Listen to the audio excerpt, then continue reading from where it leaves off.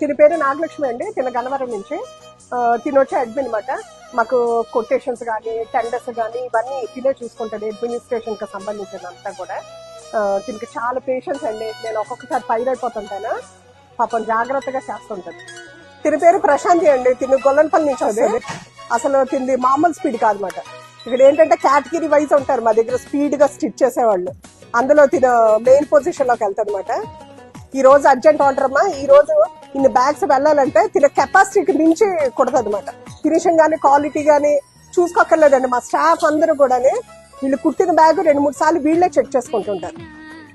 Actual గా మా staff అందరికి కొంచెం షై అండి, కెమెరాతో డైరెక్ట్ గా ఫేస్ చేయలేరు.